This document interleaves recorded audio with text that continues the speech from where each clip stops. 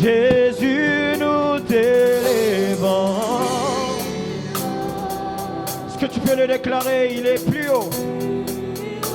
Il est élevé plus haut. La Bible déclare qu'il a reçu le nom au-dessus de tous les noms. Jésus, nous délivrons. Nous délivrons.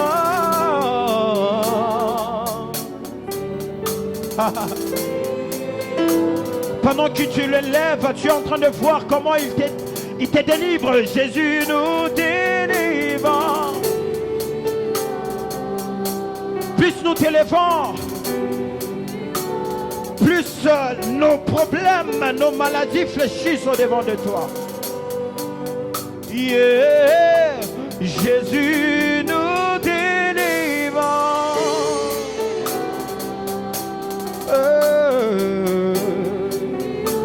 Adonai.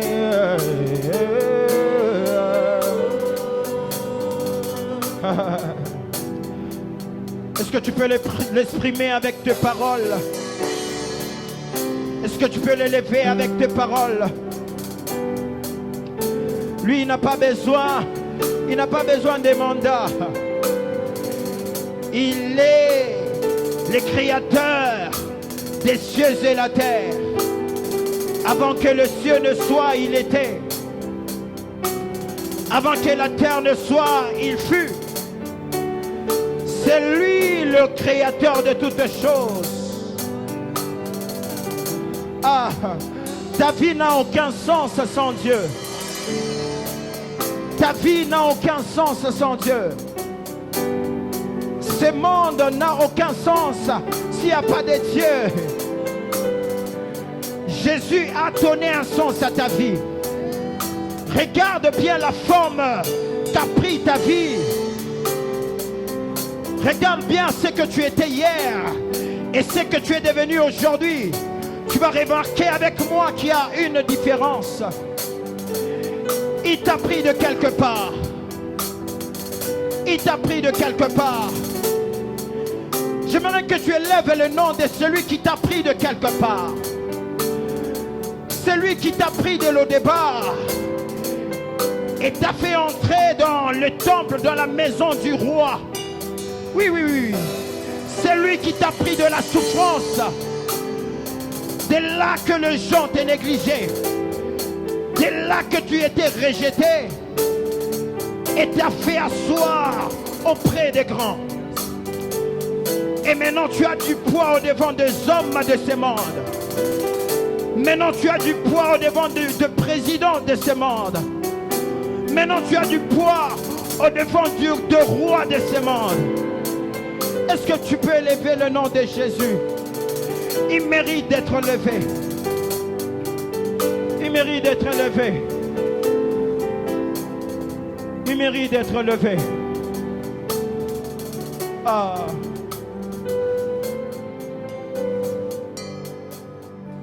J'aimerais que quelqu'un qui réalise que sa vie n'a aucun sens sans Dieu, puis juste en train de puiser, être en train de puiser au plus profond de son cœur le mot qui ne peut exprimer à quelqu'un d'autre qu'à Dieu. Le mot qui ne peut exprimer à une personne de ce monde qu'à Dieu. Écoute-moi, les hommes de ce monde, ils peuvent te lâcher. Ce qui est encore une fois plus dur, tes parents, les parents qui t'ont mis dans ce monde, ils peuvent t'abandonner. Mais Jésus, lui, il ne te délaissera jamais. Il ne t'abandonnera jamais. Lui, il sera toujours là présent. Quand tu l'appelles, il répond toujours présent. Quand tu as besoin de lui et que tu cries à lui, il répond toujours présent. Écoute, Baratimée, il était rejeté de tout le monde. Il ne savait pas où trouver la vue. Personne ne pouvait lui donner ce qu'il attendait au plus profond de son cœur. Sa famille l'avait rejeté. Tout ce qu'il savait, c'est seulement demander l'aumône que les gens puissent l'aider avec le monde, mais ce n'était pas le désir le plus profond de son cœur. Écoute, Jésus connaît les problèmes qu'il y a dans le plus profond de ton cœur. Jésus connaît les problèmes que tu ne peux exprimer à quelqu'un d'autre, que tu as peut-être la honte d'exprimer aux hommes de ce monde. Lui, il connaît ces problèmes. Lui, il connaît les profondeurs de ton cœur. C'est lui qui te connaît mieux que toi-même. Bartimée, quand il a crié vers Jésus, mais je t'assure, Jésus n'a pas hésité à le guérir. Quand bien même il était rejeté, Jésus n'a pas hésité. Écoute, peu importe la situation que tu traverses, peu importe le moment que tu traverses, j'aimerais te rassurer que Jésus sera toujours présent pour toi. Alors pourquoi ne pas le remercier? Pourquoi ne pas l'adorer? Pourquoi ne pas le lever? Pourquoi ne pas le bénir? Pourquoi ne pas l'acclamer? Pourquoi ne pas pousser des cris de joie pour lui? Pourquoi ne pas l'aimer? Pourquoi ne pas l'aimer? Pourquoi? Pourquoi ne pas le faire? Lui nous aime sans compter. Il nous aime sans poser de questions. Il nous aime sans demander le pourquoi et le comment.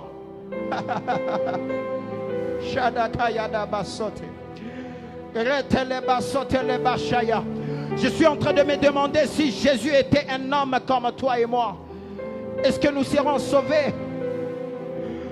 Nous serons sauvés en ce moment si Jésus pensait de la même manière comme toi et moi. Si Jésus pensait comme toi et moi, est-ce qu'en ce moment on sera en ces lieux? Est-ce qu'en ce moment on sera en ces lieux? Celui qui donne un sens à nos vies. C'est pour cela que nous ne cesserons de l'élever au-dessus de tout, au-dessus de toute puissance. J'aimerais te rassurer que si tu attends le moment où je te dis de briser de chaînes, tu vas attendre longtemps. Parce que moi, Jésus a brisé mes chaînes pendant que j'étais en train de l'adorer. Pendant que j'étais en train de lever son nom, il a brisé mes chaînes.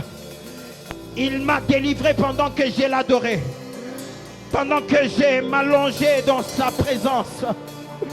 Pendant que j'étais en train de lever son nom, il m'a délivré. Il m'a béni. Il a changé mon histoire. Juste pendant que j'étais en train de lever son nom.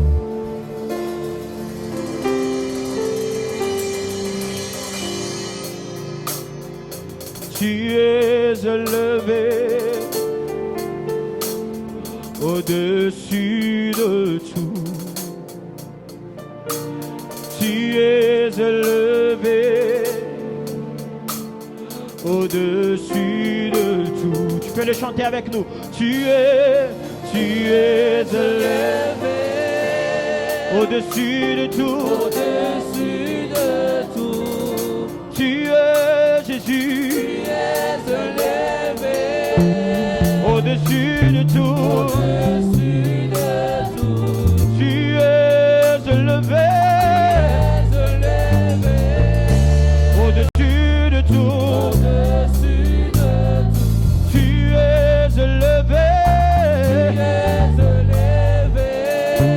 Au-dessus de tout. Déclare-le encore. Oui, tu es élevé.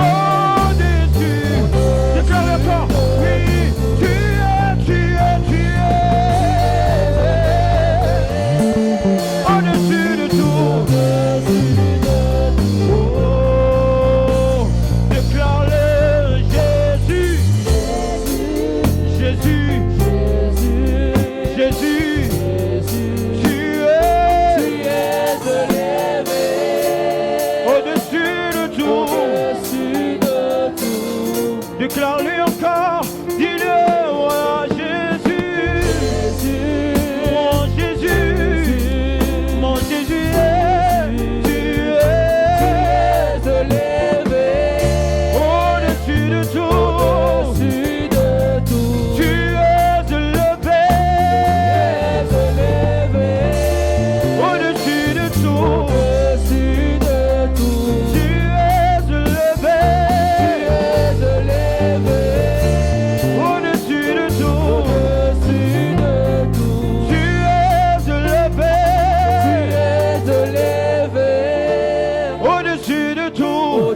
Je peux le faire avec toi. Tu es élevé. Au-dessus de tout. J'aimerais que tu déclares ceci. Oh, Topusani, Libosona, yo, ya, ya,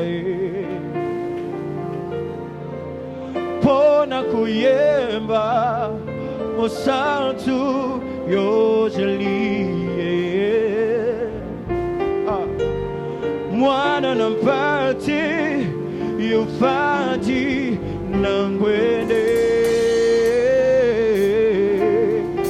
yomikaba meka ya motsuya pona ngai zuwa kumu oyebo ina yoe zuwa kumu oyebo ina yo oui topusani libosona pona kuyemba kosatu mwana na pati yufani yomikabameka yamotuya zuwalukumu ya elonge zuwalukumu ya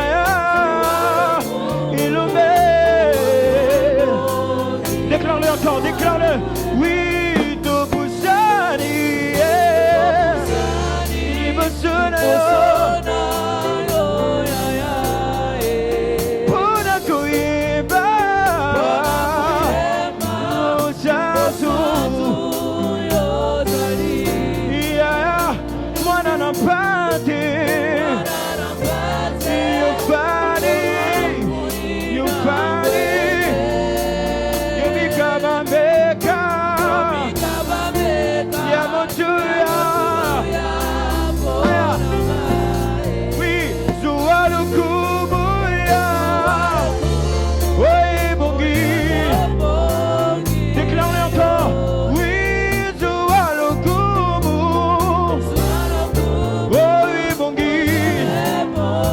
déclare-le encore. Oh, Zuwalukumu, Yayanangae, Yayananga, Zuwalukumu, Yaya, Oye Bongi, Bigulu Yebiye, Mabile Yebiye.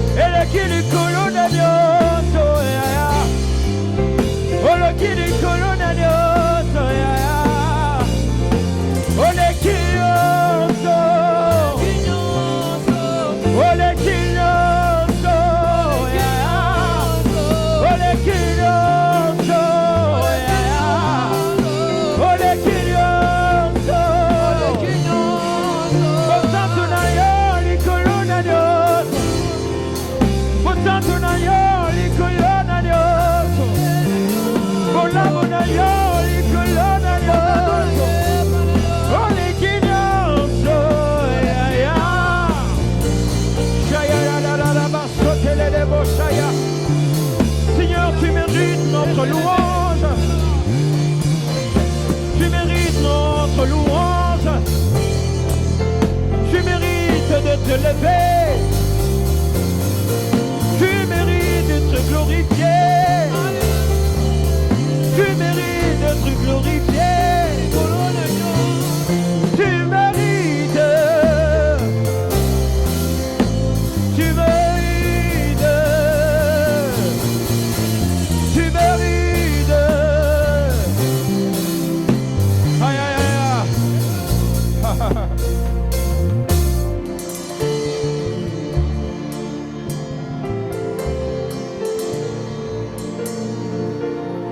Tu mérites d'être levé.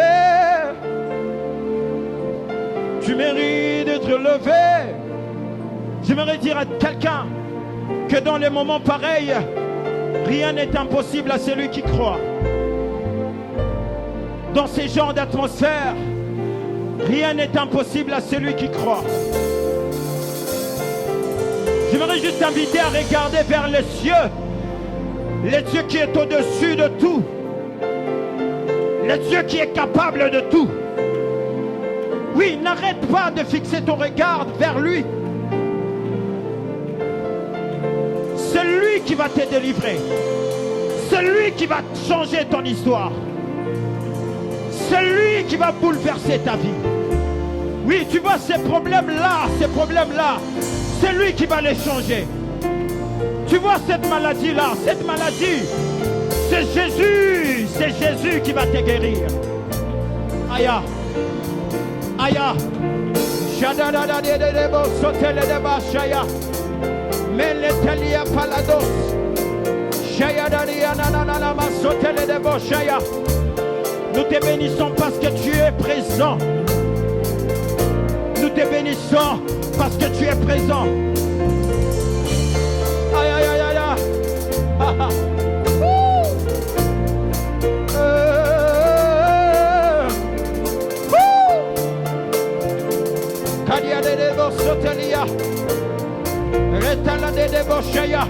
J'aimerais rassurer à quelqu'un que le trône de Dieu est présent en ces lieux. Tu n'as pas besoin de chercher ailleurs. Jésus est en ces lieux pour toi. Jésus est en ces lieux. La tala de bashayada. Rotelia mandele de bosotele. La tala de bokariame. Ouame. Ouame. Ouame. Yanana. Hey. Licolo. Yeah. Mamile.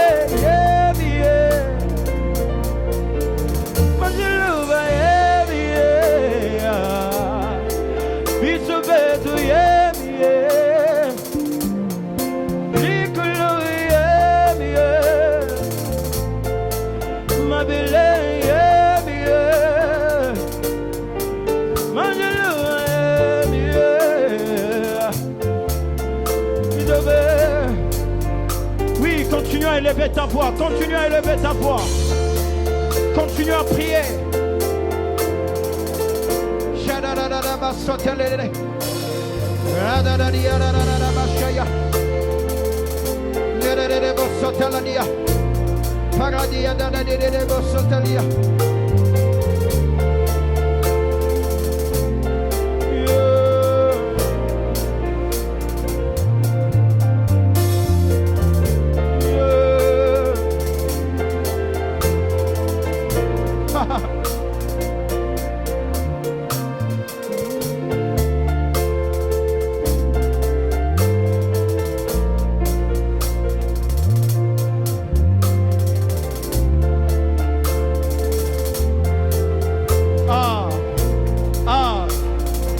J'invite les hommes de l'esprit à prier.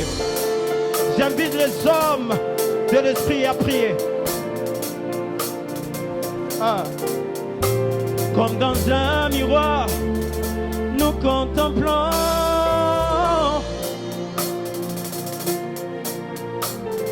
la gloire de Dieu.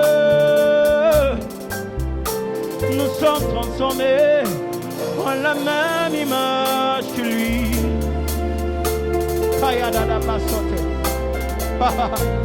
La gloire de Dieu en ces lieux. Comme dans un miroir, nous contemplons. Et la gloire de Dieu.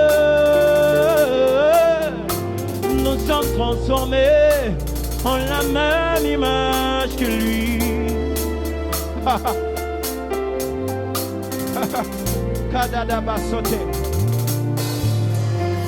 Dans le sein de ça, nous contemplons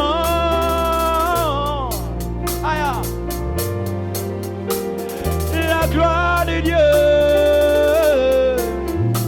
Nous sommes transformés en la même image que lui. Est-ce que quelqu'un peut le déclarer avec moi?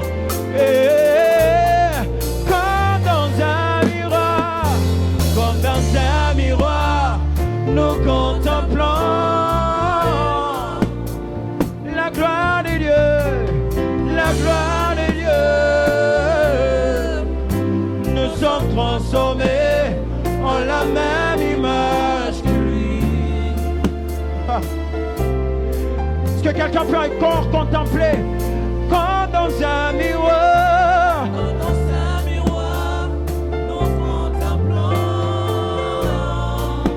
La gloire de Dieu, nous sommes transformés en la même image que lui. Les paroles sont simples.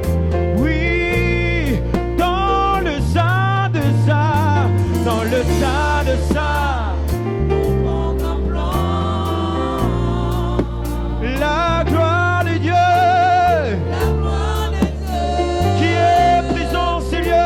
Nous sommes transformés en la même image que lui. Yeah. Oui, comme dans un miroir, comme dans un miroir, la gloire de Dieu, nous sommes transformés en la même image que lui.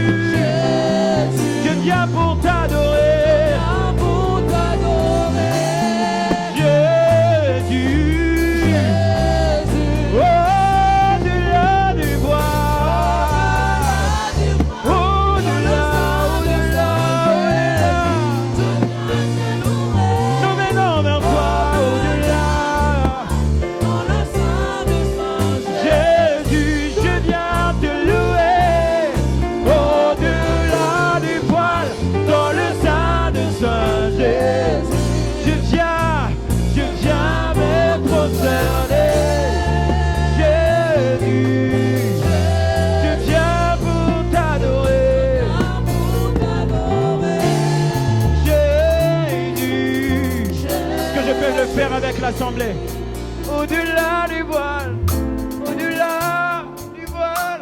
dans le sein de Saint Jésus, je viens t'adorer.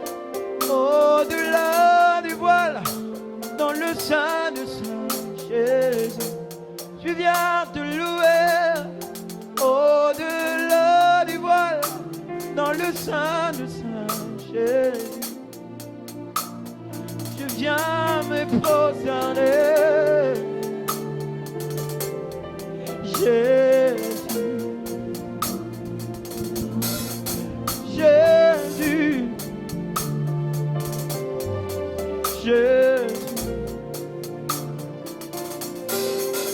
Jésus, Jésus, déclare le Jésus, Jésus, Jésus, crie le nom de Jésus, Jésus, Jésus. Il suffit juste de dire son nom. Jésus. Jésus. J'aimerais que tu l'appelles avec foi. Jésus. Tu l'appelles, le chaîne se brise. Jésus. Jésus. Ah. Tu l'appelles, la situation change. Jésus. Jésus. Jésus. Tu l'appelles, il t'amène dans le hauteur. Jésus. Jésus. Tu l'appelles, il t'emporte avec lui. Jésus. Ah. Jésus. Jésus.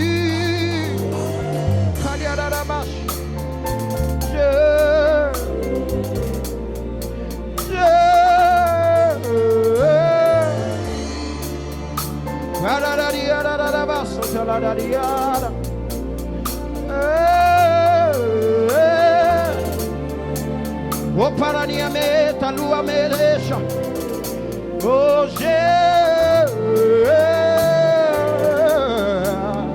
Paladio, so paladia. Et Jésus. Kaya. Jésus. Jésus.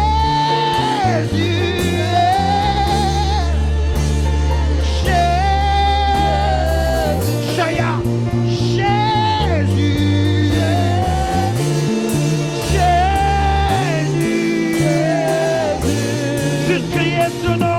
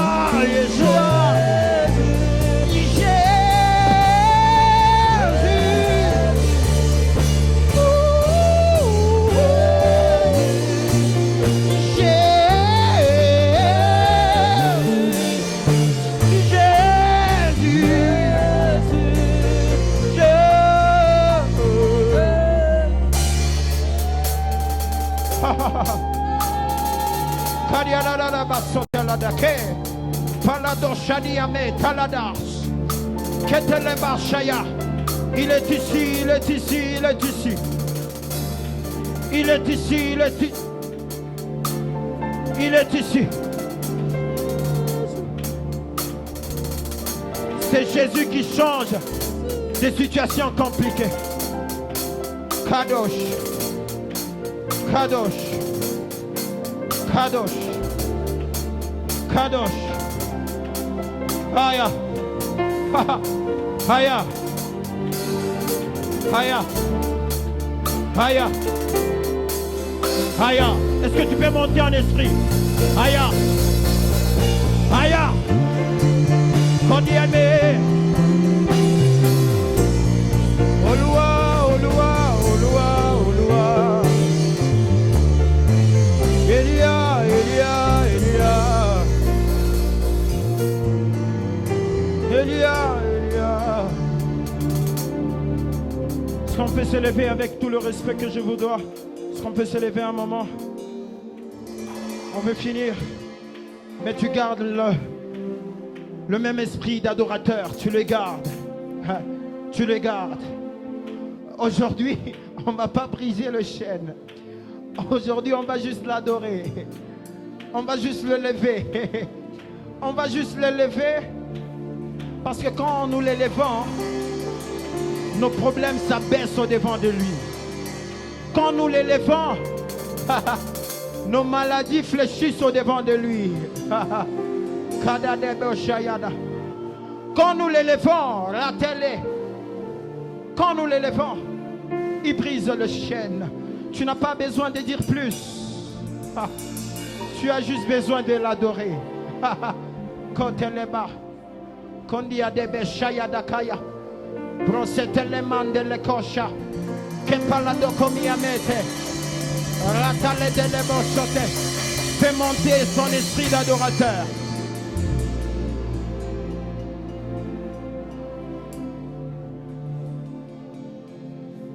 Kadia kebra soteleba, kema shaya. Il est ici. La Bible déclare qu'il siège au milieu de la louange et l'adoration de son peuple. Je n'ai pas besoin de t'en dire plus. Jésus est ici en ces lieux. Rasso telepalia. Je lis palanosi à télé. Ropala de chania. Okani bele telia. Jésus est ici en ces lieux. Il siège ici en ces lieux. Kadosh. Kadosh.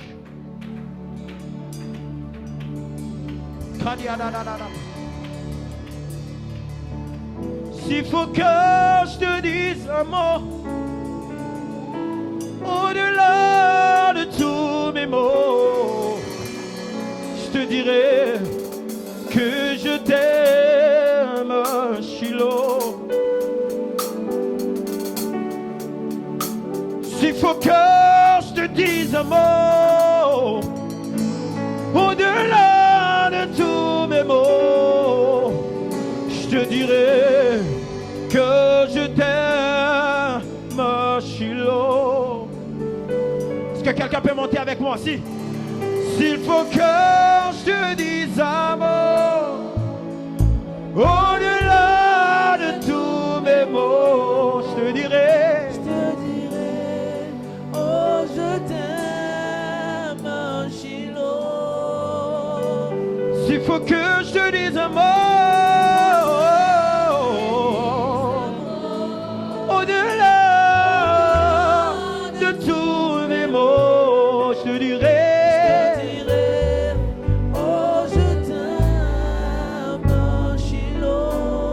Déclare-le encore. S'il faut que je te dise un mot, au-delà de tout, je te dirai que je t'aime, Shiloh. Déclare-le encore. S'il faut que je te dise un mot, s'il faut, au-delà.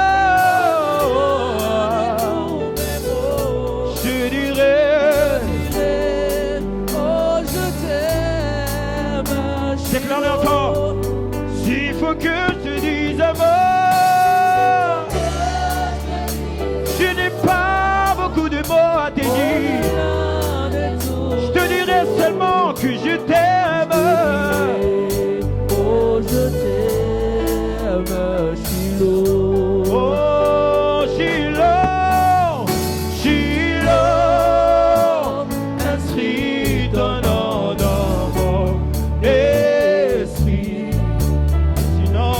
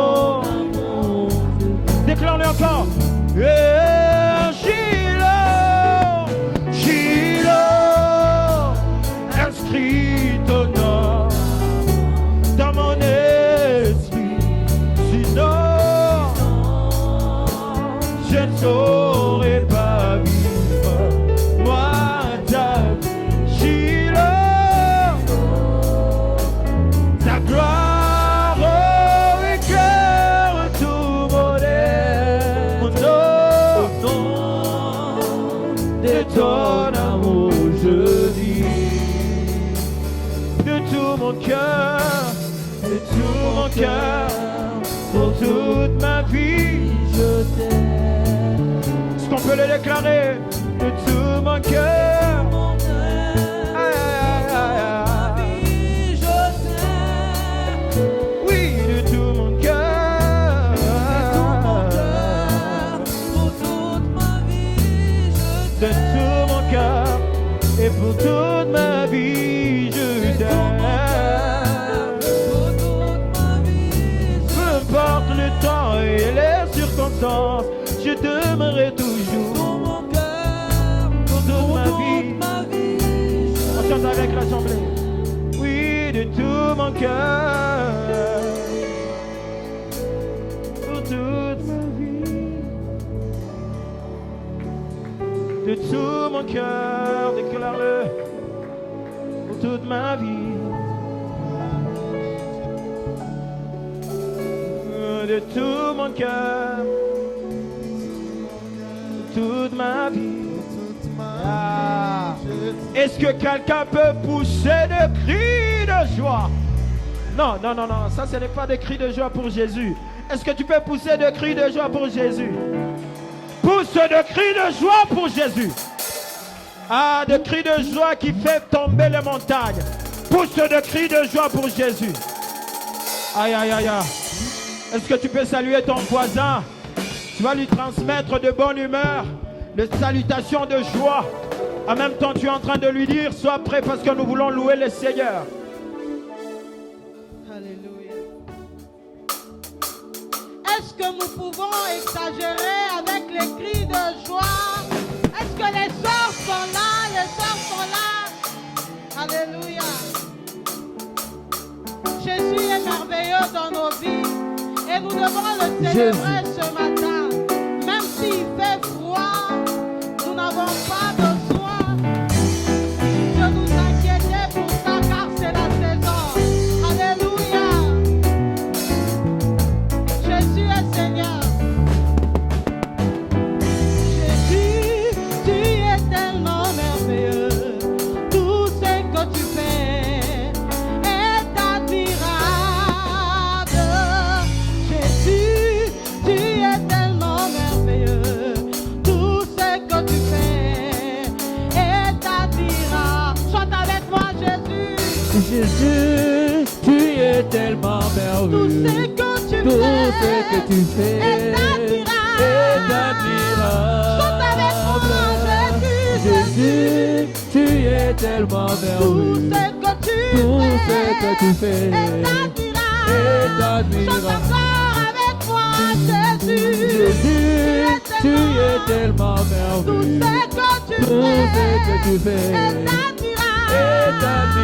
Tout ce que Jésus admirable. a fait est admirable. Jésus, Alors pousse des tu cris es de tellement joie. merveilleux. Alléluia. Tout ce que tu fais est admirable. Pousse des cris de joie, des cris de joie. Encore, encore les cris de joie. Jésus.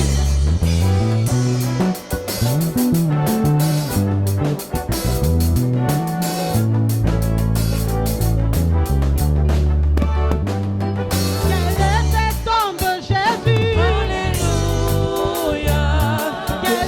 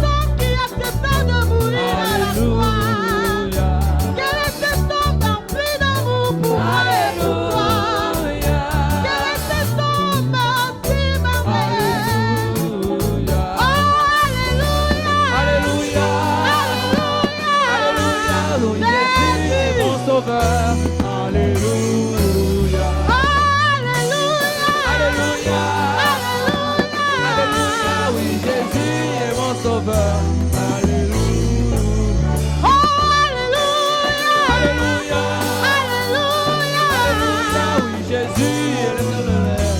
Alléluia. Oh, Alléluia. Alléluia. Alléluia. Alléluia. Alléluia. Alléluia. Alléluia. Alléluia. Alléluia. Alléluia. Alléluia.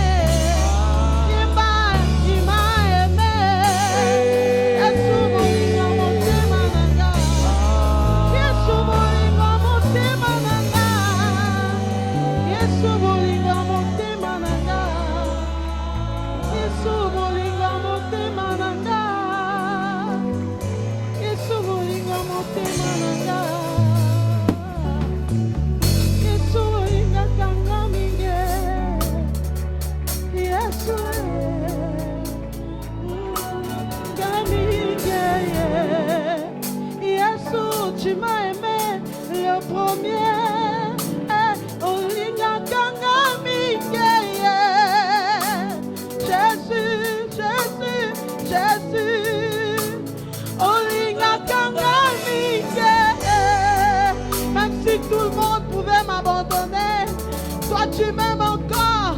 Olinga Kangami, ton amour dépasse l'amour des hommes de ce monde, Jésus. Olinga Kangami, qui peut m'aimer comme toi, Seigneur. Alléluia. Olinga Kangami, si Jésus t'aime réellement, déclare avec moi. Olinga Kangami. Si Jésus t'aime, déclare avec moi. Ah, l'amour de Jésus, l'amour de Dieu au-dessus de tout. Ah, qui peut m'aimer comme toi, Seigneur? Toi qui me pardonnes, toi qui pardonnes tous les péchés.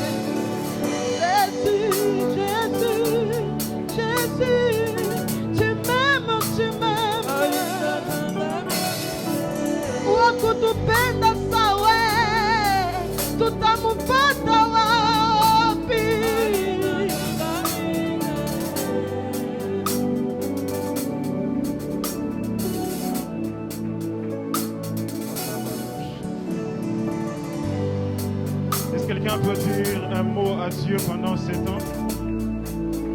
Fais simplement élever ta voix et adorer le Seigneur pendant 1 à 2 minutes.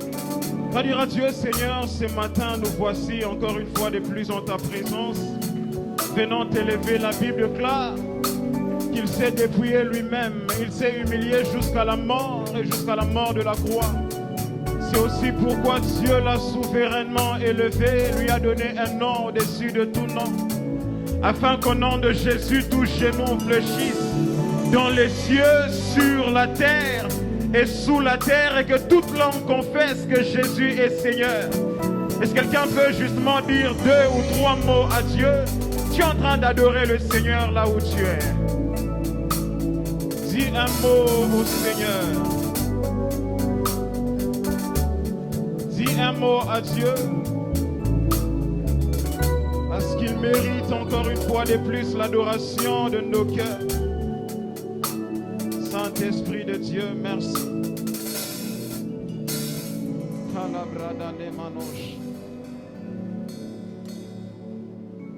Esprit de Dieu, merci pour ta présence en ces lieux.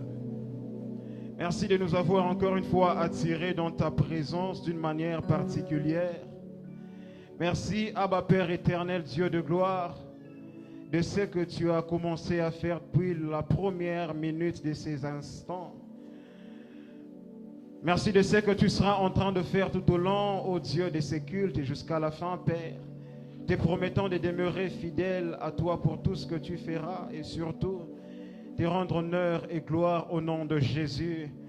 Avec action de grâce, nous disons Amen en acclamant fortement le Seigneur. Je disais qu'on est en train d'acclamer Jésus. Quelqu'un peut célébrer encore une fois de plus le Seigneur? Il s'agit bien de Jésus qu'on est en train de célébrer ce matin. Je voudrais que tu exagères encore avec le cri de joie parce qu'il s'agit de Jésus qui a fait en sorte que toi et moi ce matin puissions nous réunir dans sa présence en ces lieux. Que le Seigneur soit béni abondamment. Je disais que Dieu soit béni et que nous soyons également bénis ce matin par la grâce de Dieu. Amen. Je crois fermement du fond de mon cœur que le Seigneur fera du bien à une personne tout au long de ces cultes. Et je voudrais simplement nous assurer que nous ne quitterons surtout pas ces lieux tels que nous sommes venus, car le Seigneur a prévu une part pour toi ce matin. Amen. Nous n'allons pas prendre beaucoup de temps, nous allons partager la pensée de Dieu pendant quelques minutes et je crois que le Seigneur nous fera beaucoup de bien. Avant de commencer, je voudrais rendre grâce à Dieu pour l'opportunité qu'il nous a encore une fois accordée ce matin, pourvu que nous soyons le canal par lequel il passe pour communiquer sa pensée à son peuple ce matin. Amen. Nous ne sommes qu'un simple canal par lequel le Seigneur veut bénir une vie et nous le croyons fermement qu'il atteindra ses objectifs ce matin. Amen. Je ne commencerai également pas ce message sans pour autant dire sincèrement merci à notre Père, le pasteur Dongloire, pour la marque de confiance, d'avoir encore une fois renouvelé sa confiance envers ma petite personne, pourvu que nous puissions également partager la pensée de Dieu et nous prions que le Seigneur le garde pour nous et pour le corps de Christ. Amen. Que le Seigneur nous bénisse également, nous qui sommes là ce matin. Je demanderai tout simplement à une personne d'être sensible à l'esprit, au mouvement du Saint-Esprit ce matin, afin de capter exactement ce que Dieu veut communiquer d'une manière particulière à ta vie. Amen. Sans plus tarder, nous allons lire le premier texte qui sera comme le texte de base et nous allons partager la pensée de Dieu rapidement. Je suis dans le livre de 2 Samuel, chapitre 6, du 5e au 12e verset. Ce sera comme notre texte de base et les autres textes secondaires, nous les donnerons au fil du temps qui nous serviront comme des piliers pour soutenir nos dires afin de faire penser la pensée de Dieu. Amen. Rapidement, nous allons honorer la parole de Dieu. Je vais lire dans 2 Samuel chapitre 6 à partir du 5e verset. La Bible déclare à partir du 4e verset, ils emportèrent donc de la maison d'Abinadab sur la colline. Il s'agit bien de l'arche de l'Éternel. Uza marchait à côté de l'arche de Dieu et Achjo allait devant l'arche. David et toute la maison d'Israël jouaient devant l'Éternel de toutes sortes d'instruments de bois et de cypres, des harpes et des luttes, des tambourins et des sistres et des cymbales. Lorsqu'ils furent arrivés à l'ère de Nakon, Uza étendit la main vers l'arche de Dieu et la saisit parce que les bœufs la faisaient pencher. La colère de l'Éternel s'enflamma contre Uza et Dieu le frappa sur place à cause de sa faute. Uza mourut là, près de l'arche de Dieu. David fut irrité de ce que l'Éternel avait frappé Uza d'un tel châtiment. Et ce lieu a été appelé jusqu'à ce jour Péret Uza. David eut peur de l'Éternel. David eut peur de l'Éternel en ce jour-là et il dit: comment l'arche de l'Éternel entrerait-elle chez moi? Il ne voulut pas retirer l'arche de l'Éternel chez lui dans la cité de David. Et il la fit conduire dans la maison d'Obed-Édom de Gath. Il la fit conduire dans la maison d'Obed-Édom de Gath. L'arche de l'Éternel resta 3 mois dans la maison d'Obed-Édom de Gath, et l'Éternel bénit Obed-Édom et toute sa maison. 12. On vint dire au roi David que l'Éternel a béni la maison d'Obed-Édom et tout ce qui est à lui, à cause de l'arche de Dieu. Et David s'est mis en route et il fit monter l'arche de Dieu depuis la maison d'Obed-Édom jusqu'à la cité de David au milieu de réjouissance. Amen. Et que le Seigneur bénisse sa parole. Je disais que le Seigneur bénisse sa parole. Sans plus tarder, le thème qui va nous accompagner ou autour duquel nous allons parler veut tout simplement dire l'impact de la présence de Dieu dans une vie. Est-ce que quelqu'un peut m'aider à dire à son voisin l'impact de la présence de Dieu dans une vie? Je crois qu'il y a bien de textes que nous allons donner au fil du temps pour faire comprendre la pensée de Dieu. Mais j'arrive d'entrée de jeu, avant d'aller plus loin, nous faire comprendre le contexte dans lequel nous sommes. Il s'agit bien de l'histoire que nous connaissons tous, de l'arche de l'Éternel qui a tué un homme. C'était justement après une bataille que le peuple d'Israël, avec comme roi David, avait livré contre les Philistins au chapitre 5. Lorsque vous lisez, vous allez comprendre l'histoire. Et après cette bataille, les enfants d'Israël ont été victorieux.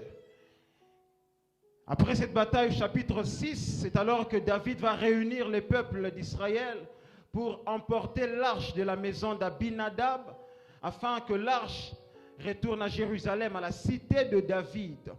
C'est au fait le contexte dans lequel nous sommes. Et chemin faisant, alors qu'ils étaient en train de ramener l'arche de l'Éternel de la maison d'Abinadab pour l'amener à la cité de David, la Bible déclare qu'Uza était à côté de l'arche, en train d'accompagner. Il était dans le cortège qui était en train d'accompagner l'arche de l'Éternel.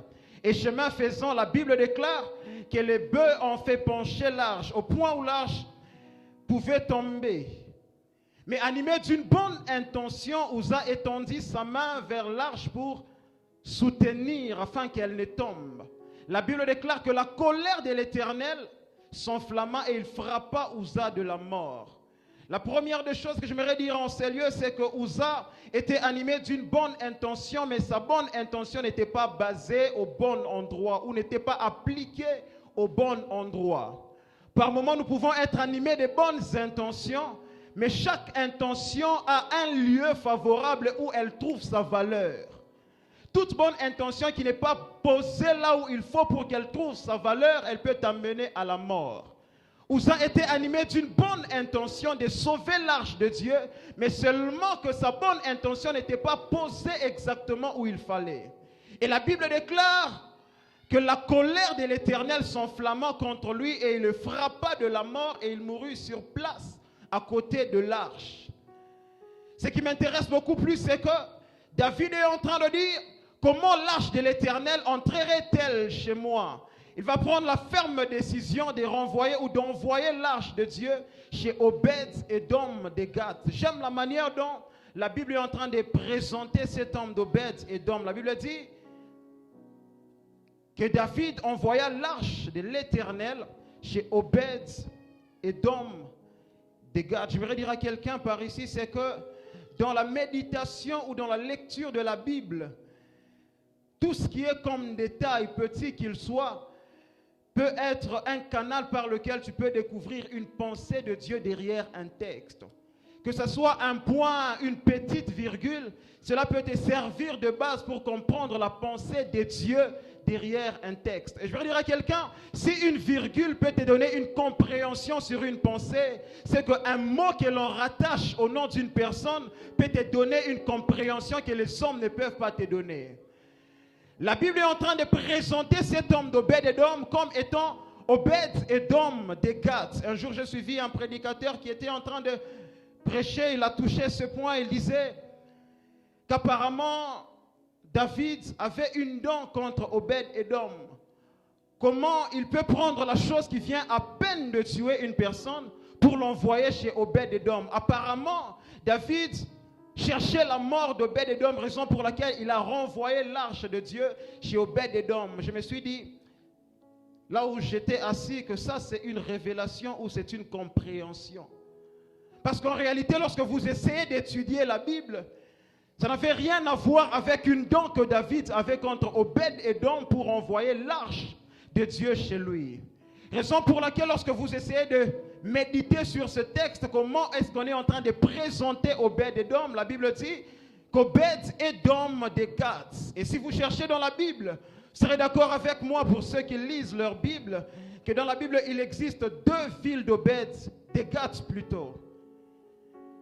Il existe dans la Bible deux villes de Gath. La première ville, c'est une ville philistine. C'est l'origine ou la ville natale de Goliath. Lorsqu'on est en train de présenter Goliath dans 1 Samuel 17, la Bible dit, dans 2 Samuel 17 plutôt, la Bible dit, présente Obed-Édom, présente Goliath comme étant un Philistin de Gath.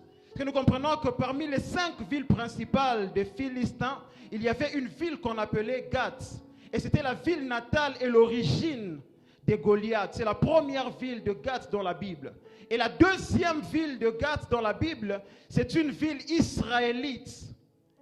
Et c'est cette ville qu'on est en train d'attribuer à Obed-Édom. Lorsque vous lisez dans Josué chapitre 19, les versets 45 à 47, vous allez voir qu'on est en train de présenter la ville de Gath comme étant une ville qui était attribuée à la tribu de Dan.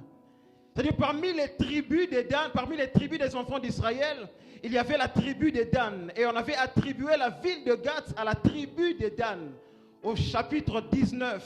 Mais lorsque vous allez au chapitre 21, toujours de Josué, vous allez voir que plus tard, après avoir attribué la ville de Gath à la tribu de Dan, on avait plus tard attribué la même ville aux Lévites, aux fils de Kehath.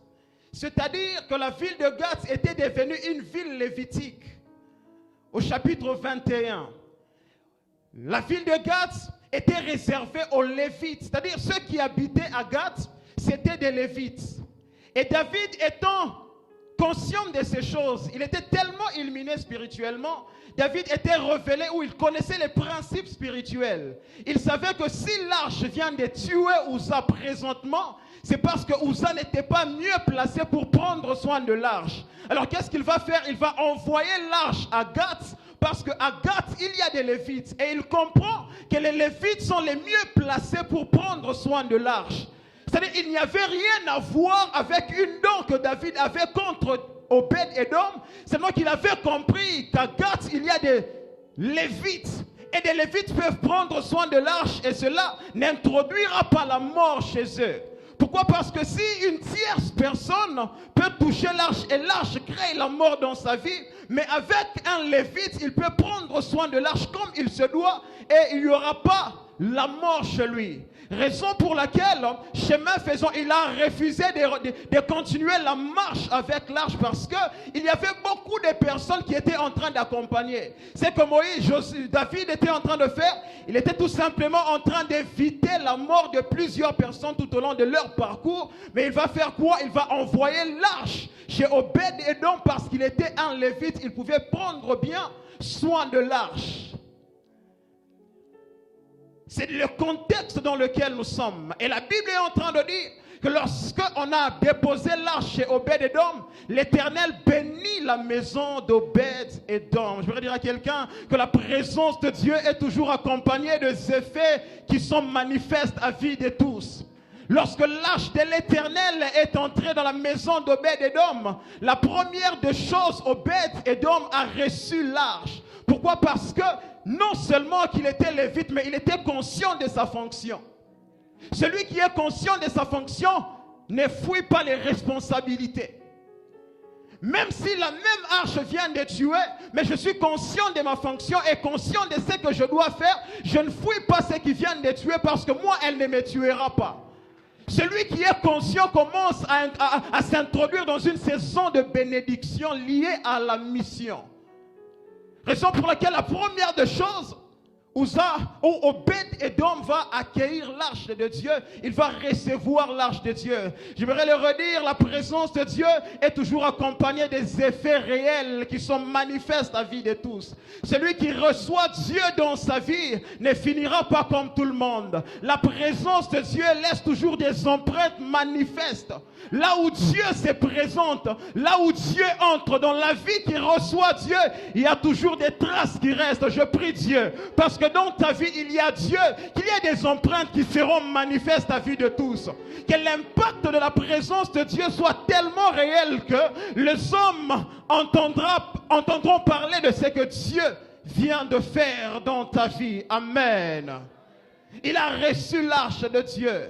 Et Dieu a béni sa maison. Raison pour laquelle la Bible est en train de dire dans Jean 1,12, c'est Jésus qui est en train de parler. Il dit à tous ceux qui l'ont reçu, à ceux qui croient en son nom, elle a donné le pouvoir de devenir enfants de Dieu. Ce que j'aime dans ce texte, c'est qu'il y a trois verbes principaux que j'aime. Il y a le verbe recevoir, le verbe croire et le verbe devenir. Mais le troisième verbe devenir dépend de ces deux premiers verbes, recevoir et croire. Il n'y a pas possibilité de devenir sans croire et recevoir. Obed-Édom est devenu riche à cause de la bénédiction parce qu'il a commencé par recevoir. Celui qui reçoit devient. Mais bizarrement, plusieurs personnes veulent devenir sans recevoir et croire.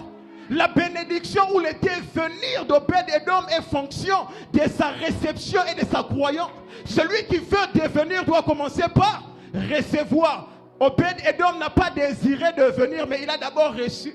Tout celui qui reçoit Dieu dans sa vie finit toujours par être changé dans une autre dimension que les hommes ne peuvent, dans laquelle les hommes ne peuvent l'introduire. Dieu, lorsqu'on le reçoit, il vient toujours avec de nouvelles choses. Mais préalablement, recevoir Dieu dans sa vie est primordial. L'impact de la présence de Dieu. Plusieurs cherchent les effets de la présence de Dieu, les effets de Dieu, mais ils ne veulent pas recevoir comme il se doit. Celui qui veut devenir doit commencer par recevoir. Lorsque vous lisez dans Luc, chapitre 19, à partir du 5e verset, on est en train de parler d'un homme que j'aime aussi bien, il s'agit bien des Zachée. La Bible est en train de dire, lorsque Jésus arriva à ces lieux-là, dans Luc chapitre 19, verset 5, il leva les yeux, il vit Zachée, il dit, aujourd'hui, je vais demeurer chez toi. Il dit à Zachée, hâte-toi de descendre parce que aujourd'hui, je veux demeurer chez toi. Et la Bible déclare au verset 6 que Zachée s'est hâta de descendre et reçut Jésus. Le problème n'est pas ce que nous désirons avoir dans la vie, mais le problème, c'est celui que nous recevons dans nos vies. Il a reçu dans sa vie, dans sa maison, Jésus. Et la Bible est en train de dire Lorsque Jésus est entré dans la maison des Zachée, Zachée s'est converti. Il a dit que je donnerai mes biens aux pauvres. Si j'ai fait quelque tort aux uns, je les rembourserai au quadruple. Ce que j'aime, c'est que quand la présence de Dieu est présente, elle change même la qualité du cœur. La présence de Dieu sait changer, transformer radicalement le cœur d'une personne. Pourquoi? Parce que la présence de Dieu aligne le cœur au ciel afin que l'homme parvienne à mener la vie selon que Dieu le voit. Quand je parle du ciel, je suis en train de parler de la volonté de Dieu. Quand la présence de Dieu s'impose dans une vie, elle aligne le cœur de l'homme à la volonté de Dieu afin que nos cœurs correspondent au cœur de Dieu pour que nous agissions selon Dieu. Raison pour laquelle la Bible est en train de dire, Zachée compris ces choses. Il dit, je rembourserai, je partagerai mes biens aux pauvres et je les rembourserai ce que je les ai arrachés. Pourquoi? Parce que le cœur est transformé à cause de la présence de Dieu. Mais préalablement, Dieu doit demeurer. La première des choses, c'est recevoir Dieu qu'il entre dans la maison. Mais la deuxième des choses, c'est garder Dieu afin qu'il demeure. Avec Obed-Edom, la Bible déclare qu'il va demeurer, l'arche demeurera chez Obed-Edom pendant 3 mois. Et il va garder l'arche de Dieu. Comme j'étais en train de le dire au début, qu'Obed-Edom était un lévite. Non seulement qu'il avait reçu, mais il a gardé, il était en train de prendre soin de l'arche. S'il fallait peut-être épousseter l'arche, il pouvait le faire parce que c'était ça sa fonction. Il a gardé l'arche. Je veux dire à quelqu'un qu'au-delà du fait que tu as reçu Jésus, apprenons à garder Dieu dans nos vies parce que l'impact de la présence de Dieu, la grandeur de l'impact est aussi fonction de la manière dont Dieu demeure dans nos vies. Là où Dieu demeure, l'impact devient de plus en plus grand. Là où Dieu demeure, l'impact devient de plus en plus grand.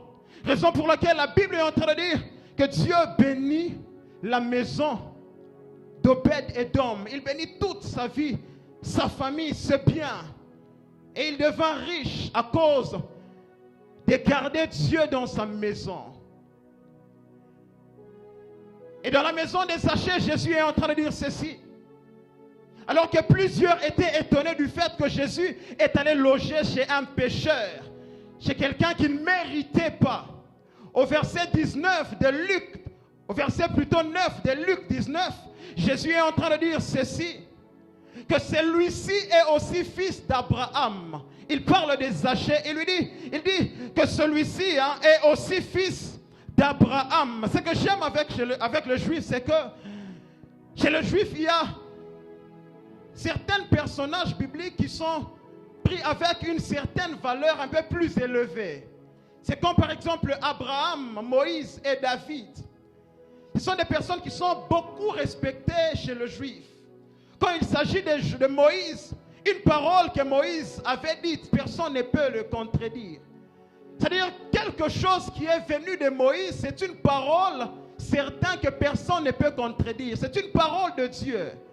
C'est-à-dire que c'est les Juifs, ils prennent Moïse à un niveau aussi élevé par rapport à d'autres personnes parce qu'ils ont cru que c'est vraiment l'envoyé de Dieu.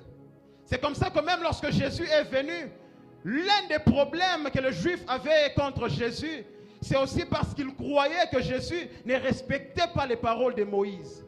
Pourquoi? Parce que pour eux, Moïse, c'est une grande personnalité. Parlons de David. C'est aussi une personne qui est beaucoup respectée, quelqu'un qui a beaucoup de valeurs chez le juif. Raison pour laquelle on est en train d'appeler Jésus comme fils de David. Pourquoi? Parce que quand quelqu'un est attaché à David, c'est quelqu'un qui n'est pas aussi n'importe qui. Et que dire alors d'Abraham? Quand Jésus est en train de présenter Zachée comme étant fils d'Abraham, il est tout simplement en train de vouloir mettre ou présenter une nouvelle identité des Zachée ou l'introduire dans une nouvelle dimension. Pourquoi? Parce que Abraham est celui ou est l'image du Père qui a donné son fils. Jésus, parlant de Zachée comme étant fils aussi d'Abraham, Il est tout simplement en train de dire qu'il est aussi fils de Dieu. De la même manière que vous êtes étonnés du fait que je suis entré chez lui, c'est parce que vous croyez que vous êtes plus digne que lui. Mais lui aussi est fils d'Abraham. C'est comme pour dire qu'il mérite aussi l'impact de ma présence dans sa vie. Et qui est Abraham? Abraham, c'est celui qui a reçu la promesse de Dieu que toutes les nations seront bénies en lui. Jésus disant que Zachée est aussi fils d'Abraham, en d'autres termes, il est en train de l'épingler à la promesse de Dieu qui est celui de la bénédiction, qui est celle de la bénédiction d'Abraham. C'est-à-dire, quand Jésus entre et demeure dans une vie, la bénédiction qui a été promise autrefois devient notre part. Si les autres pensaient qu'eux seuls étaient fils d'Abraham, mais cette fois-ci Jésus vient présenter Zachée parce qu'il a demeuré chez lui. Jésus ne te présente pas autrement tant qu'il ne demeure pas encore. La présentation de Jésus est fonction de la manière dont il demeure dans une vie. Tant que quelqu'un n'a pas encore compris ces choses, il ne recevra pas et il ne gardera pas Dieu dans sa vie. Jésus commence à nous présenter et à nous donner une nouvelle identité parce qu'il demeure dans nos vies. Raison pour laquelle Jésus dit que celui-ci est aussi fils d'Abraham. Et Abraham, c'est celui qui a reçu la promesse disant que je ferai ton nom grand. La grandeur du nom est aussi fonction de l'impact. La grandeur du nom est aussi fonction de l'impact. C'est-à-dire, quand Jésus est en train de dire que je ferai de ton nom grand, il est en train de dire que celui-ci est aussi fils d'Abraham, il est en train de dire que celui-ci aussi mérite de bénéficier de la grandeur du nom et de l'impact qui est attaché au nom. Raison pour laquelle lorsque l'impact est grand, ça ne peut que attirer. C'est pourquoi David a été attiré par la bénédiction d'Obed-Édom, parce que l'impact était grand. Ça fait généralement, nous avons beaucoup d'agents de l'État, même ceux qui font payer les taxes sur des arrêts de bus, ils sont agents de l'État. Est-ce que avez-vous déjà entendu une fois qu'on est en train de les poursuivre en justice et que le président s'est levé tête haute et s'ingérant dans ses problèmes? Je ne pense pas. Cependant qu'à leur niveau également, ils peuvent détourner l'argent. Peut-être qu'ils peuvent détourner, mais le président ne sera même pas au courant. On va gérer à leur niveau. Mais si c'est un ministre qui détourne les milliards, le président s'élève parce que lorsque l'impact est grand, l'affaire devient nationale. Raison pour laquelle David a appris qu'à Gath, il y a un certain Obed-Édom qui vient d'être béni. Parce que l'impact était tellement grand, le roi peut se déplacer pour aller là où il y a l'impact. Je voudrais dire à quelqu'un que Dieu rende ton nom grand et qu'il te donne un impact national. Mais légalement, David était attiré par ce que Dieu était en train de faire dans la maison d'Obed-Édom. À cause de la présence de Dieu, l'impact est arrivé. C'est possible que tu sois à Lubumbashi, que l'on apprenne de toi à Kinshasa qu'il y a quelqu'un qui vient d'être visité par Dieu. Il y a quelque chose que Dieu vient de faire. Je prie Dieu qu'à cause de sa présence qui demeure dans ta vie, que l'impact soit tellement grand que les autorités apprendront ce que Dieu fera. Peut-être qu'ils te poseront la question, mais c'est quoi le secret de ta réussite? Tu répondras comme l'apôtre Castanou, mon secret c'est Jésus. Ils te diront, non, nous sommes sérieux dans ce que nous sommes en train de dire. Tu répondras peut-être, oh roi, vis éternellement, je suis aussi sérieux, mon secret c'est Jésus. Celui qui est conscient de la présence de Dieu est sûr de la source de sa bénédiction. Quand tu es conscient de ce qui a fait de toi ou de celui qui a fait de toi ce que tu es sûr de la source de ta bénédiction. Raison pour laquelle David est venu réclamer l'arche, parce que elle a apporté quelque chose. Je prie le Seigneur ce matin qu'à cause de la présence de Dieu, que quelque chose de nouveau commence dans ta vie et que les gens apprennent que Dieu vient de le faire. Il ne s'agira pas de toi qui seras en train de faire ta publicité. Non. L'impact de Dieu s'en charge de sa publicité personnelle. Personne ne peut financer la publicité de Dieu que son impact lui seul. Je vais dire à quelqu'un que Dieu le fera. Que Dieu le fera. Et la Bible est en train de dire que David est venu chez Obed-Édom réclamer l'arche de Dieu. Il a pris l'arche. Mais ce que j'aime avec Obed-Édom, c'est que, au-delà du fait qu'il a reçu l'arche de Dieu dans sa maison, mais il a également gardé l'arche. Mais lorsque David est venu réclamer l'arche, Obed-Édom était béni. Il avait des richesses. Il était stable matériellement. C'est supposé que sa maison à Gath était déjà pleine de biens. Mais lorsque David est venu prendre l'arche, vous vous rendrez compte d'une chose avec moi, c'est que Obed-Édom n'est pas resté à Gath gérer ses biens, mais il a suivi l'arche jusqu'à Jérusalem. Dans 2 Samuel, on ne parle pas de ça. Vous lirez ça peut-être dans 1 Chronique chapitre 15. Le verset. Lorsque vous lisez 2 Chroniques, 1 Chronique chapitre 15, vous allez comprendre qu'Obed-Édom n'était pas resté à Gath pour gérer ce bien, mais il a plutôt suivi l'arche de l'Éternel afin d'être portier du temple, de la maison de Dieu. Ce que je voudrais dire à quelqu'un par ici, c'est que celui qui a déjà goûté à la gloire de Dieu ne voudra jamais se séparer de la source. Peut-être que Dieu a déjà laissé les empreintes, mais bizarrement plusieurs personnes se contentent des empreintes mais se détachent de la source. La source peut reproduire la multiplicité des empreintes que tu peux laisser en arrière. Mais tant que tu te déconnectes de la source, tu laisses des empreintes et les empreintes peuvent s'effacer avec le temps tant que tu n'es pas connecté à la source. Mais il a compris que la source de tout ce que j'ai, c'est l'arche, la présence de Dieu qu'on est venu réclamer. Je ne peux pas prendre le risque de rester garder mes biens tant que ma source est déconnectée de moi. Raison pour laquelle il a suivi l'arche de Dieu jusqu'à Jérusalem afin de servir continuellement à côté de l'arche. Lorsqu'on goûte à la gloire de Dieu, la soif de regoûter ne s'étanche point.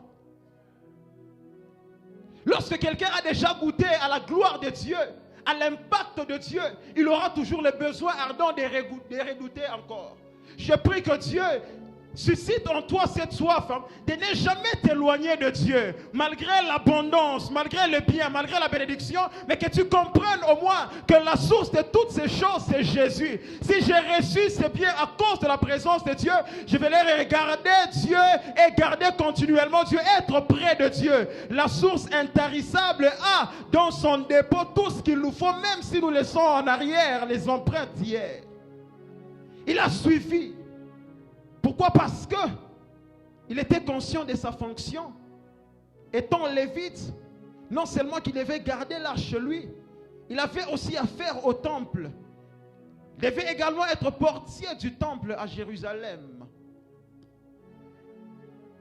Il est allé servir le Seigneur continuellement à côté de Dieu.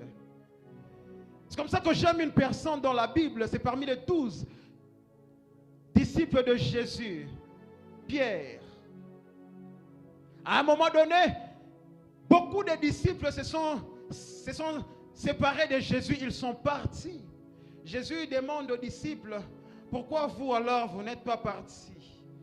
Et Pierre dit, il est en train de dire, à qui irions-nous? C'est toi qui as les paroles de la vie. Celui qui a déjà goûté aux paroles ne voudra plus s'en aller. Pierre a compris que nous avions déjà entendu les paroles de la vie. Nous n'irons plus loin de Dieu. Nous resterons à côté de toi, auprès de toi, pour bénéficier encore et encore. Pourquoi? Parce que la soif ne s'étanche tant que nous avions déjà goûté. Pierre est en train de dire, à qui irions-nous? Car c'est toi qui as les paroles de la vie. J'aime toujours ce que le Père a toujours dit ici, que le dire de Dieu et le faire de Dieu sont un seul et même acte. C'est-à-dire, celui qui a les paroles de la vie, il a également la vie à nous donner. Non seulement qu'il a les paroles de la vie, mais il peut nous donner la vie. Pierre a compris que celui qui a les paroles de la vie, c'est celui qui a la vie. Si nous nous détachons de celui qui a les paroles de la vie, nous nous détachons automatiquement de la vie. Le problème, ce n'est pas ce que nous avions reçu, mais le problème, c'est celui qui nous a donné ce que nous avions reçu. Plusieurs personnes ne comprennent pas ces choses. À peine il est béni, à peine elle est bénie, à peine elle est un tout petit peu élevée. Par moments, nous oublions ce qui a fait de nous ce que nous sommes aujourd'hui. La présence permanente de Dieu produit toujours un impact durable et remarquable. Celui qui sait garder continuellement Dieu finit toujours par impacter son environnement. Je prie le Seigneur qu'à cause de la présence permanente de Dieu, que quelque chose de nouveau se déclenche dans ta vie et que cela soit remarquable à vue de tous. Dieu sait changer les vies, bien-aimés dans le Seigneur. Dieu sait transformer de vie. Mais préalablement, devons garder Dieu. Jésus au point d'aller au ciel, dans Jean 16, il est en train de dire ceci. Cependant, il vous est avantageux que je m'en aille pour que l'Esprit... Parce que si je ne m'en vais pas, le Consolateur ne viendra pas vers vous. Mais si je m'en vais, il viendra vers vous. Je veux dire à quelqu'un que l'Esprit de Dieu dans nos vies, la présence de Dieu dans nos vies est pour nous un avantage. Celui qui a la présence de Dieu, celui qui a Dieu avec lui est avantagé plus que quiconque. Nous ne cherchons pas les avantages ailleurs dans le monde. La présence de Dieu seul suffit pour m'assurer la vie dont j'ai besoin, selon la volonté de Dieu. Et vous comprenez, il vous est avantagé. Celui qui commence à se déconnecter du Saint-Esprit commence à s'éloigner de son avantage. Cet avantage qui est censé faire de toi ce que tu dois exactement être. Celui qui commence à se déconnecter de la source commence à s'éloigner du chemin de sa destinée ou de sa posture selon Dieu. Quand quelqu'un demeure continuellement dans la présence de Dieu, Dieu change son statut. Raison pour laquelle Jésus dit, celui-ci est aussi fils d'Abraham, parce qu'il mérite aussi la bénédiction d'Abraham, il mérite aussi l'impact de la grandeur du nom, il mérite aussi toutes les promesses liées à Abraham. Il sera également bénéficiaire de toutes ces choses. Je voudrais dire à quelqu'un en ces lieux, tu es bénéficiaire de toutes ces choses et contente-toi de celui qui a fait de toi bénéficiaire de toutes ces choses. Ce que j'aime, c'est que Obed-Edom a été béni simplement parce qu'il a reçu Dieu, mais bien plus parce qu'il était lévite. Mais ce que j'aime avec Christ, c'est que non seulement qu'il a fait de nous un royaume, mais également des sacrificateurs. Vous savez une chose, c'est que il y avait des lévites et des prêtres en réalité. Et le prêtre était seul les descendants directs d'Aaron. C'est que c'était possible d'être lévite sans être prêtre. Mais tout prêtre était forcément un lévite. C'est-à-dire, Obed-Edom, bien qu'il était lévite, mais il n'était pas prêtre. À cause de son identité en tant que lévite, en cause de son identité lévitique, il a bénéficié de l'impact de la présence de Dieu. Mais nous, non seulement que Dieu a fait de nous, nous a introduits dans la famille de Dieu, mais il a fait de nous des prêtres. Si Obed-Edom pouvait seulement prendre soin de l'arche, il ne pouvait pas offrir pour le peuple. S'il pouvait garder l'arche, il ne pouvait pas représenter Dieu dans le Saint des Saints. Mais nous, Dieu a fait de nous un royaume et des sacrificateurs. C'est que nous pouvons faire bien plus qu'Obed-Edom. Non seulement qu'on gardera, mais nous allons représenter toute la famille dans la parole de Dieu. Je suis en train de parler à quelqu'un. Est-ce que je peux bénir une personne? À cause de ce que Dieu a fait de toi, tu peux représenter toute une nation. Tu peux représenter tout un peuple parce que tu es bien plus qu'Obed-Edom. S'il pouvait servir seulement au portier du temple, mais toi tu iras dans le Saint des Saints, dans la présence de Dieu, pour représenter valablement et représenter tous ceux qui sont derrière toi. Et l'impact ira de plus en plus croissant. Je prie que Dieu fasse de toi ces choses. Oh mon Dieu, quelqu'un n'a pas compris. Je suis en train de parler de celui que Jésus a fait un sacrificateur et un roi. Tu présenteras toute une génération dans la présence de Dieu, mais tu impacteras en tant que roi sur cette terre. Je prie que l'impact de Dieu, que l'impact de la présence de Dieu attire, que l'impact de la présence de Dieu soit remarquable, que l'impact de la présence de Dieu t'introduise dans la cour des rangs, des grands, que l'impact de la présence de Dieu fasse en sorte que tu sois reconnu pour fils d'Abraham. Si autrefois j'étais un voleur, j'étais un simple collecteur d'impôts, mais je sais que l'identité de fils d'Abraham est plus qu'un collecteur. L'identité des fils de Dieu est plus qu'un collecteur d'impôts, est plus qu'un voleur. Si Dieu te donne une nouvelle identité, l'ancienne identité ne peut que rester en arrière. Raison pour laquelle l'apôtre Paul est en train de dire que les anciennes choses sont, et voici toute chose est devenue nouvelle. Quand Dieu s'impose dans une vie, tout devient nouveau. J'ai pris que Dieu fasse de toi une nouvelle créature et que tout ce qui sera en train de se faire dans ta vie soit de nouvelles choses. Désormais et dorénavant, tu ne seras plus en train de dépendre de l'acte, oh mon Dieu, de l'identité que les hommes avaient de toi hier, mais tu dépendras dorénavant de ce que Dieu dira de ta vie, parce que Dieu sait faire au-delà de ce que les hommes peuvent faire. Quand Dieu s'impose, tout change. L'histoire d'Obed-Édom a commencé comme par hasard, mais toute sa génération a changé. Mais ce que j'aime, c'est que lorsque vous lisez toujours dans un chronique, vous allez vous rendre compte que ce n'est pas seulement Obed-Édom qui était portier du temple, mais également ses fils servaient au sanctuaire. Pourquoi? Parce que quand l'impact touche les pères, les fils ne peuvent qu'être, oh mon Dieu, je prie que ta génération, que tes enfants ne soient pas perdus, parce que tu es attaché à la source. Tous ceux qui sont derrière toi seront également connectés à ta, oh mon Dieu, je suis en train de venir quelqu'un. Si tu es attaché à Dieu, tous ceux qui sont attachés à toi sont étroitement liés à Dieu. Les fils d'Obed-Édom ne sont pas restés à Gath en train de gérer les biens de son père, mais ils l'ont suivi. Oh mon Dieu, je prie que tes enfants ne se perdent point, parce qu'ils seront conduits par la même source qui te conduit.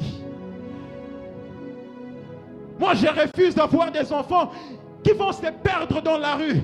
Je refuse d'avoir une génération derrière moi qui ne vont pas servir Dieu. Je refuse d'avoir des personnes dans ma famille qui seront en train de se perdre dans le monde alors que je suis fervent au temple, alors que je suis en train de servir Dieu.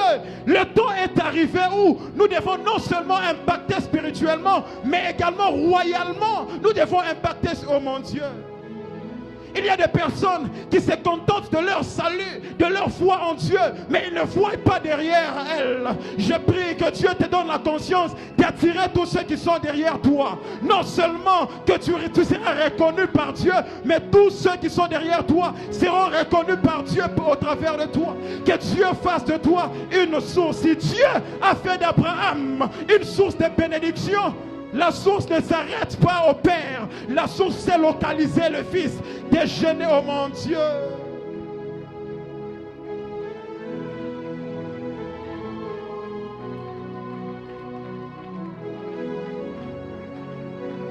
Oh mon Dieu.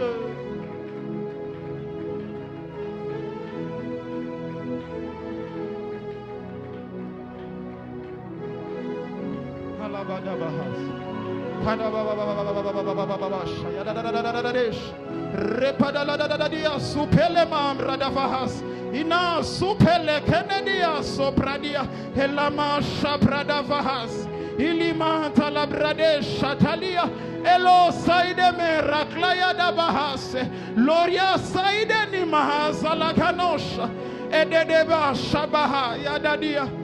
Oh mon Dieu, oh mon Dieu. Il est peut-être vrai qu'Obed-Édom n'était pas autrefois connu à la dimension d'Abraham. Il n'était pas autrefois connu à la dimension de Moïse. Mais parce que Dieu est venu habiter chez lui, l'impact ne peut être que remarquable et impactant. L'impact qui impacte également les personnes qui sont autour de nous. Je prie le Seigneur. Que le Seigneur accomplisse cela dans la vie d'une personne ce matin. Est-ce qu'on peut acclamer fortement le Seigneur?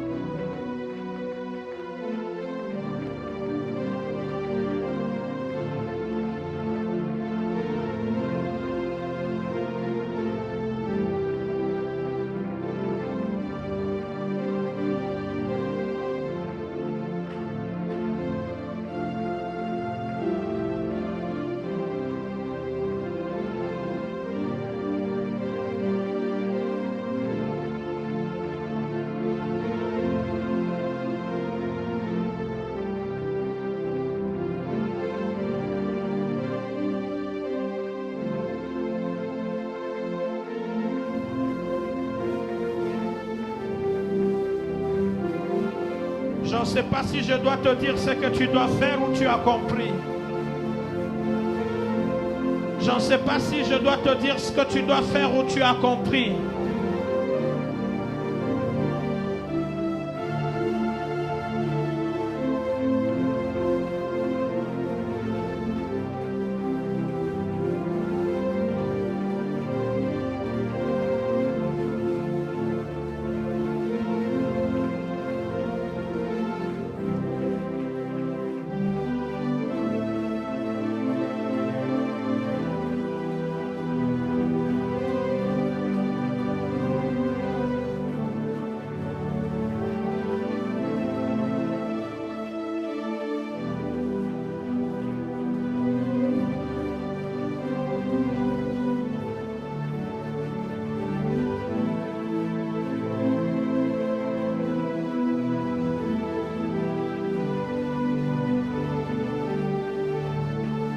Mon Dieu, mon Dieu,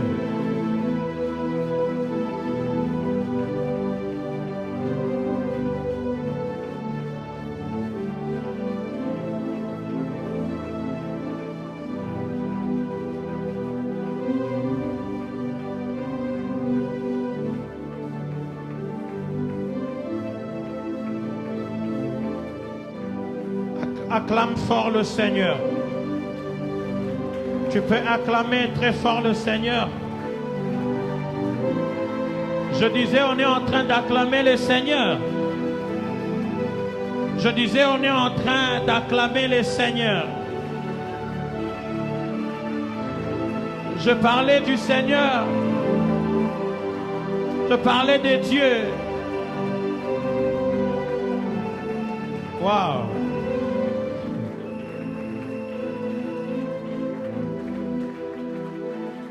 Salut, tu peux te déplacer, tu salues 6 personnes. Salut 6 personnes. Accompagne ta salutation d'une bénédiction. Bivens, Bivens, Bivens. Bivens. Oh.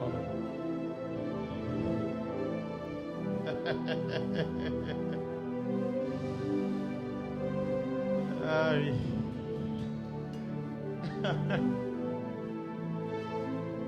Oh mon Dieu. Qui était béni comme moi?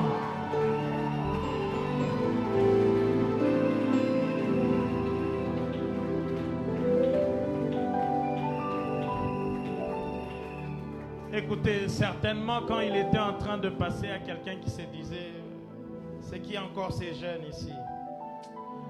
Laisse-moi te dire, ça n'a rien à voir avec l'âge, ça a à voir avec Dieu. Ça n'a rien à voir avec l'âge, ça a à voir avec Dieu. Ce n'est pas une question d'âge, c'est une question de grâce.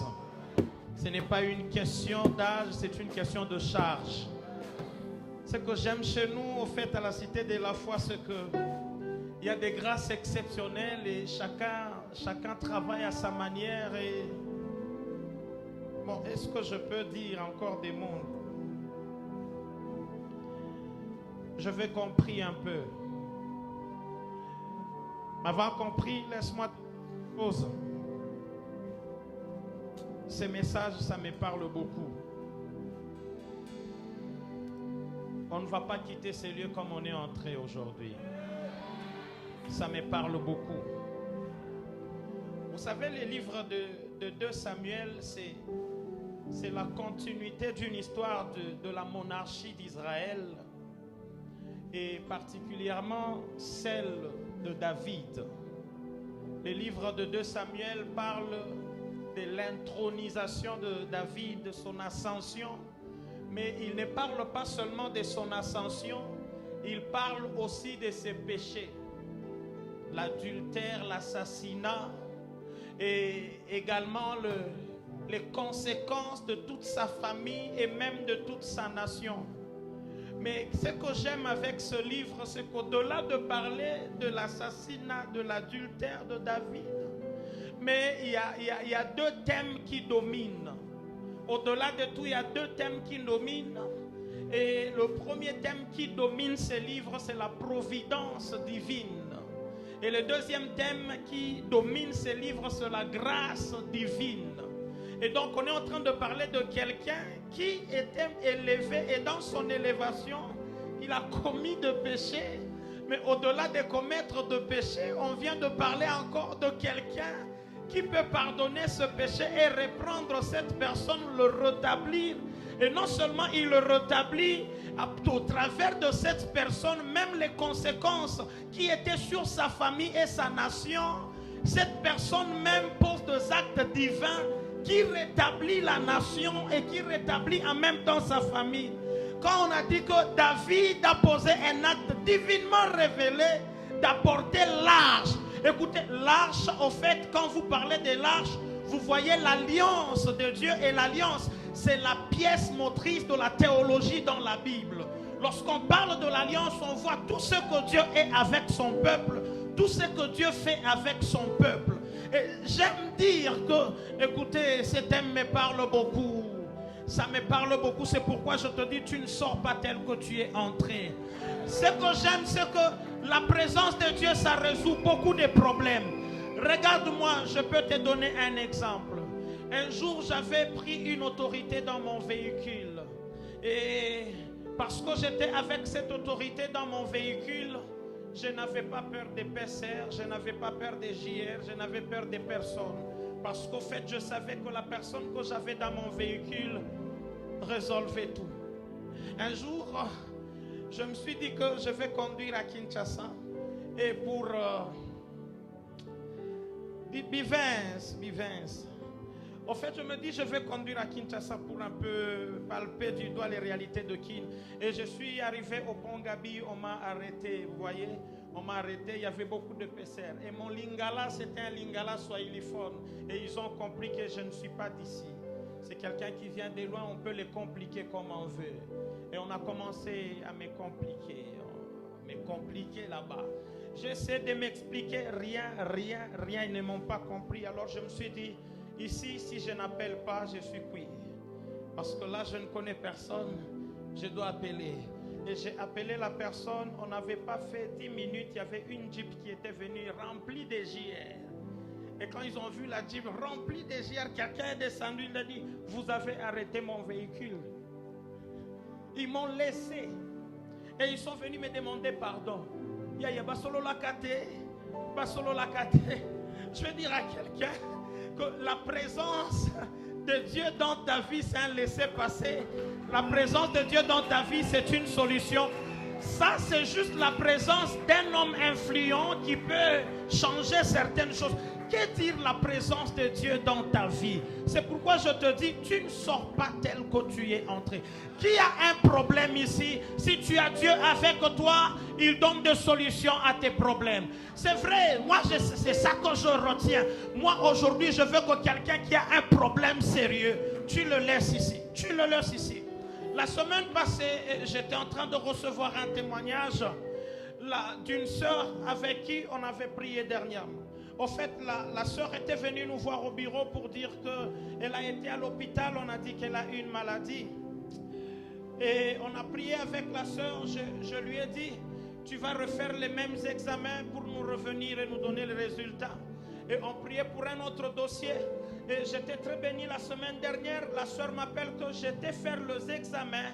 Et à l'hôpital, on n'a rien trouvé. On n'a rien trouvé et que tout était parti. Ce n'est pas une histoire, ça peut se passer avec toi. Déborah, viens Déborah. Viens, ce n'est pas une histoire, ça peut se faire avec quelqu'un. Viens ma soeur, viens.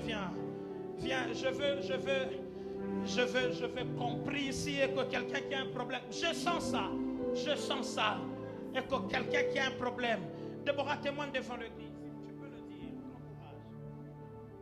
Amen. Oui, j'étais allée à l'hôpital, on m'avait dit que c'était l'appendicite, mais jusque-là, il n'y a plus rien. On avait prié et là, il n'y a plus rien. Acclame le Seigneur. Regarde, depuis un temps, le Seigneur est en train de nous faire grâce ici. Il y a des gens qui sont venus avec des problèmes de conception et l'Éternel les a bénis avec les enfants. Je prie de la même façon que quelqu'un dit, c'est encore possible. La grâce est disponible. Viens. Et même conseil béni. Tiens-toi debout. Fais ce refrain, c'est encore possible.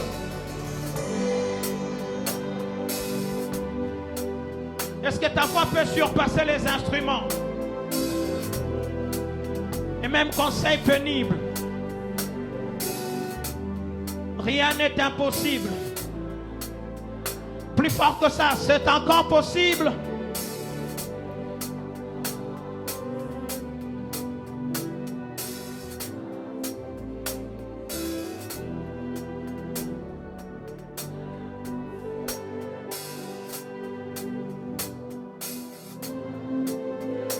Encore une fois, c'est encore possible,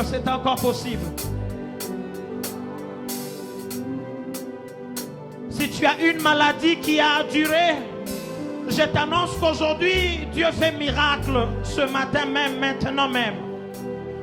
Rien n'est impossible. C'est encore possible. La grâce disponible. Et même quand c'est pénible,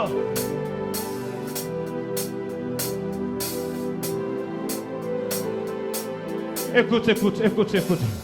Sa présence que j'aime.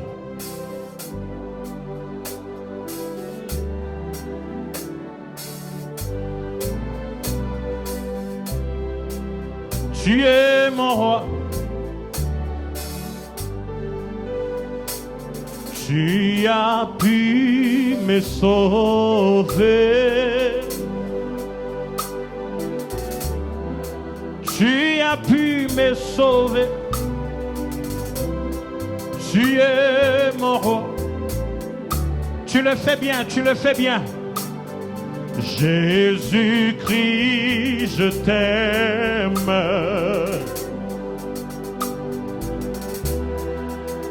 Jésus-Christ, même un problème d'argent, si tu as Dieu avec toi, il donne des solutions. Jésus-Christ, je t'aime.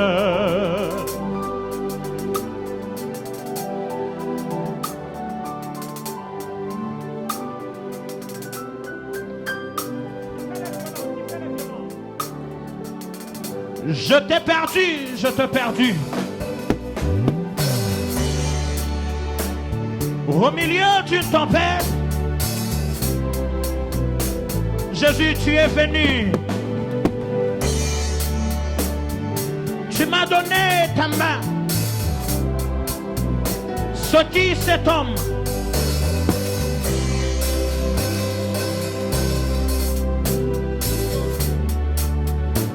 C'est Jésus, le roi des gloires.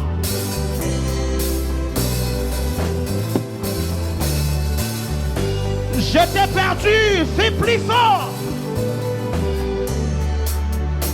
Au milieu d'une tempête, Jésus, tu es venu.